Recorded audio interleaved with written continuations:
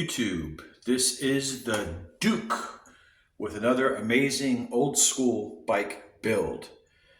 Behind me is an iconic BMX bike, the 1984 GT Pro, otherwise known as the GT Santa Ana, the GT NORA, the handmade Gary Turner bike. Goes by several aliases, but for technical purposes, and according to what it would have been called in the GT catalog, we're just going to call this the 84 GT Pro. So let's take a look at this really amazing BMX bike. I just got it finished, and you guys will be the first to see it. Hey YouTube, this is the Duke, and as I promised you in my last video and the video before that, as soon as the pads came in from flight on this badass 84 GT, I was going to upload it. So the pads arrived this morning and I finished the bike up, and let's take a look at it. We'll talk a little bit about this bike and what makes it so special from all the other garden variety GTBMX bikes. Because yes, there are many of them out there, but none of them like this dude is. Behold, the handmade Gary Turner GT Pro. 1984 with chrome array rims, TNT hubs, and mint condition forks. These are the early forks that are not even jeweled for a front brake. GT bars. I didn't put the front pads on yet because I wanted you guys to see that this is all the real deal. And here's the flight pads that arrived today. I got them within 4 days of ordering them. Thank you, Flight. They are not cheap, but they are the best. Got a Chrome MX 1000 die comp. Believe got a Casha Max Aero seat and a badass chrome tough neck stem. Okay, this bike is all there. And I believe the one-piece cranks that we have on this bike are, what do we have here? Well, you know what? The Duke doesn't have his reading glasses on, so hold on a second. I'm getting older, and as a result, I have to wear readers. So let's take a look at these cranks. All right, so we have a set of Takagi 175s and a Sagina Spider and a Tough 44 sprocket. Set of original red anodized rat trap pedals. Like I said, we got some chrome arrays with some beautiful TNT revolver hubs. Look at those babies. Revolver hubs, man. Yep, got a Wyman wheel on the back of that MX 1000.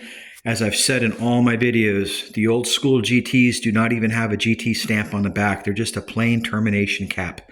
But you could look at that welding. I mean, feast your eyes on that.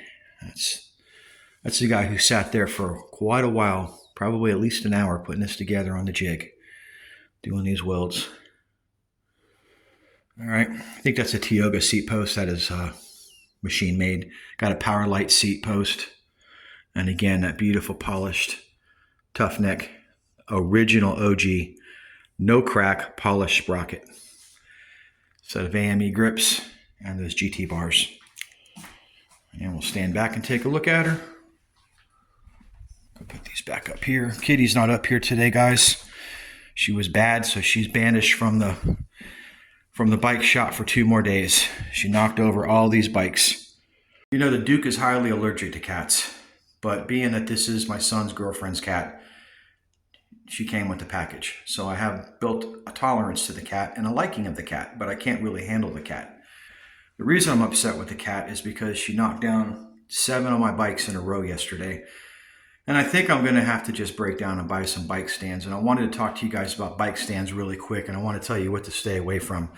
Because there's a lot of stuff on eBay that they sell that's total garbage. And case in point, I want you to take a look at this ridiculous bike stand called the Easy Utility Stand. I don't know how it may work on mountain bikes and larger bikes, but for BMX, it's total trash. Trash. Take a look. So this is it. It's this thingamajig here. And this is the problem. The problem is the spacing that you have on these supports to hold the bike frame up. It just doesn't work. You have to have these bent in all the way like this to hold the bike, and the bike falls down so easily. And that piece of crap cost me $50. The only other option you have are these plastic supports, and these things aren't even that good. And guys, the plastic supports are like $50 for that cheap mold injected plastic that they probably make for $2 in a Chinese factory. So what I went back to is just leaning them up against the wall. I basically just put them all against the wall. That way they're more secure. They don't look as good. They don't make the same presentation as when they stick out like this. But at this point, I don't really have much of a choice. I'm stuffed to the gills with bikes. And the last thing I want them to do is fall down and get damaged, because that's how the damage happens. So anyways, let's go back to this 1984 GT, and we're going to talk about what differentiates this from the Mach 1 and Interceptor and the newer models that came after it. Because yeah, they're all special. Man, it's hot today. It's 93 degrees in Florida today, dude. In my bike shop up here, I'm constantly sweating. It's the only way the Duke stays semi-thin. If it wasn't for this work I do up here, I would be twice the size as I am now. And I'm already 50 pounds overweight. So I'm trying to keep my calories down under 1,000 a day. Getting out every day, going to the pool for an hour or two to do some laps. It's really good for my joints. My arthritis and my calcification of my joints responds very well to the swimming pool. Unlike running, hard, fast walking, jogging, it's just too much impact. So I've been going to the pool lately. But up here in the bike shop, I spend 2 hours a day going over things, sending bikes out, bringing bikes in. And this GT I purchased with the sale of one of my previous bikes, because I always roll the money back into another one.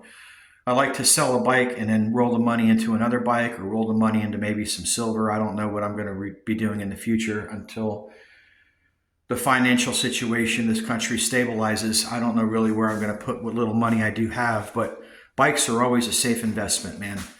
If you buy them for the right price, they're going to give you a better return any day of the week and twice on Sunday than silver and gold. I mean, you can buy a bike and sell the bike and make a decent return. It's going to be well beyond 10% if you know what you're doing. Well beyond 30%.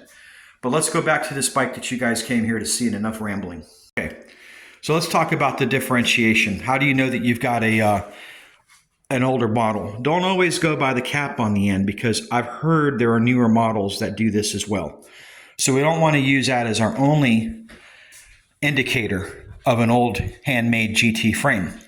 What we want to do is we want to look at the rear dropouts. And on this side of this year on 84, you're going to see the serial number 19. You're going to see the 84 here. On the 83 and priors, you're going to see it on the inside of the right rear dropout. And you're going to see a letter up here in the front that indicates expert or pro. In this case, I've got the pro, which is the longer 21-inch top tube. The expert's the smaller bike. I believe it's a 19.5-inch top tube. I had one in my collection last year, but it went out, so I can't show it to you guys. Also, you're going to look for the fact, like I said, there's no salami cut. It's a straight cut, just a very simple cap. Okay.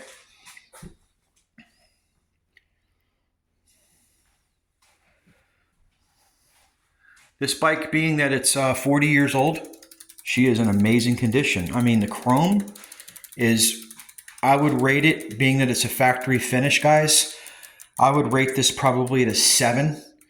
If I spent a couple more hours on it, probably get it up to about a 9. But to tell you the truth, I like to leave a little bit of a patina on the bike. I don't want it to look absolutely perfect, because like a classic car, sometimes the value is in the original finish. Now, that doesn't mean you want to have a bike that looks like it just came out of a mud puddle, all peppered up with rust. No, you don't. But if there's a little bit of tiny peppering on the chrome in some areas like there is right here, I know I can get that out, but I'm just going to leave that there because it just adds to the flavor of the bike and its originality. It doesn't take away at all from its beauty or from its aesthetic. Its aesthetic, if anything, is enhanced by a little bit of age, just like women when they get older. Some of them look much better than they did when they were younger. Some of them don't look better when they get older. They look much worse, but I've seen some that age very gracefully, even in their 50s and 60s. Okay, so here we go again. It's a top view, GT bars, GT forks, GT frame, arrays. This bike is pretty much the way it would have came back in 84. This is the correct, all these parts are period correct. This bike is probably the way that it came out of the bike shop. This bike, guys, is probably the way that it came out of the bike shop. I've had several of these GTs. This is the third one I currently have in my collection from 80 to 84. And based on the bikes that I've owned, and I've had a few of them, they all come with different parts. I think the bike got shipped out basically to the bike store with a frame, fork, bar combination, the three things. the bike shop decided what they wanted to put on the bike. And then most of the time back in that era, your only choice was a set of Tufts or some Arrayas or some CMCs, which are very heavy, or some other older steel hoops. And Arrayas were the choice to go because they're just so lightweight.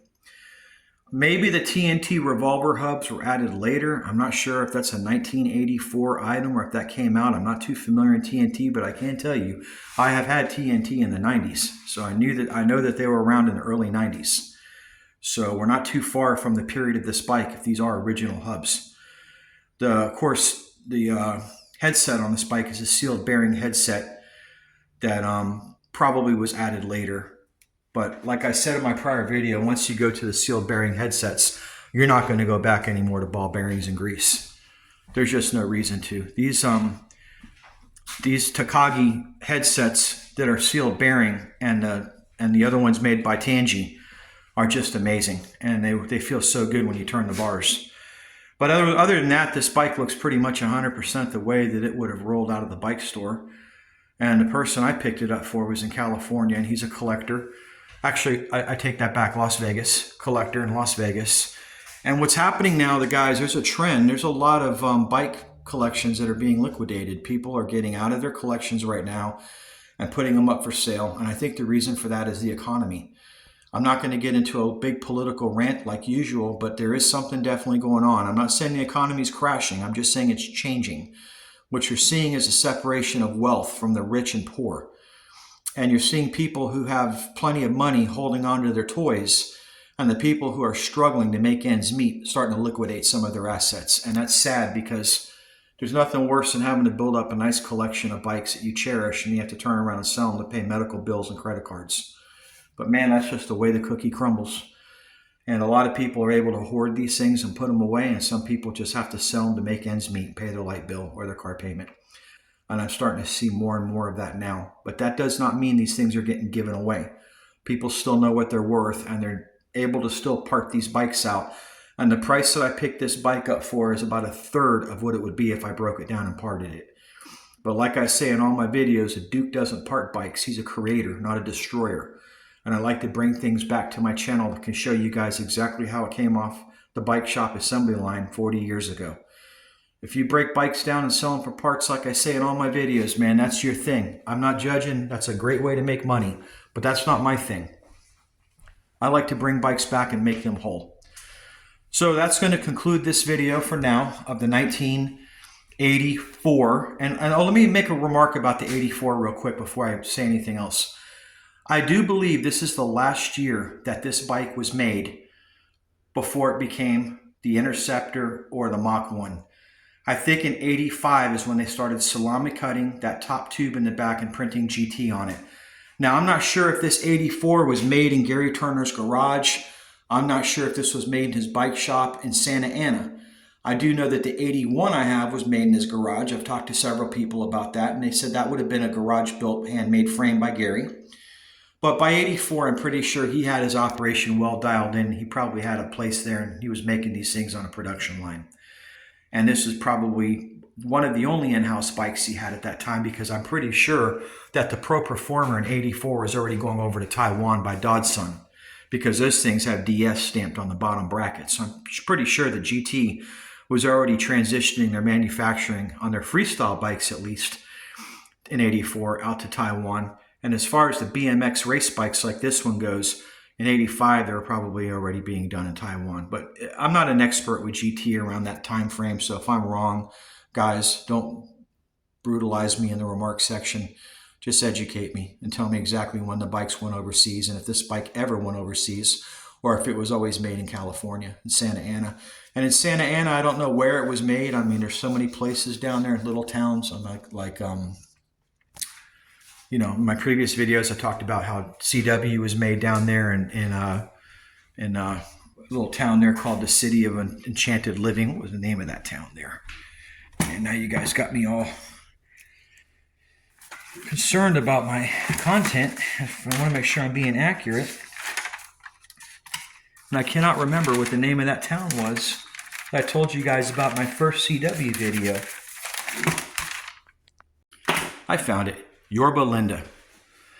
Yorba Linda. And speaking of Yorba Linda, I don't know if it's a very nice city to live in anymore. I saw news last week that there was a shootout there at a car show. So apparently you can't even have a car show in Yorba Linda with your family without some peckerwood going over there and deciding to shoot the place up. Like I say in all my videos, man, I don't think California is much of a dream anymore. Based on what we see on the news, it looks more like a nightmare. And I really do hope for you guys out there that watch my channel, I hope things get better for you. I really do, as far as environmental disasters go and crime. And man, there's no reason why you can't go to a BMX bike show or a car show and have some guy out there doing something like that. That's horrible. But you know, that happens everywhere. So I'm not just picking on people out in California. But that one particular city, I noticed that this stuff is going on. So I bet in the 80s that didn't happen. Bet you in the 70s and 80s, it was a nice little town to call home. And it just got invaded, and at that point, it lost its identity, like most of the cities that run along the border in this country. So anyways, guys, that's going to conclude this video. This is the Duke. Thank you for coming here and watching my 1984 GT Pro. If you're not already a member, I invite you to like or subscribe. Hit that like button. Get my channel more views, please, if possible. And like I said, if you enjoy these kinds of videos, subscribe. I'm going to be working on a brand new bike next week. It's going to be something that I've got nothing like in my collection, and I'll have one example to show you. And it's going to be an amazing bike build video, I promise you. If you like the Trick Stars and you like the GTs and all these different bikes, you're going to like this one even better. It's a unicorn bike, and I think it's going to make you guys pretty entertained when you see it. So again, thanks a lot for viewing. This is the Duke reminding you to stay rad. Later.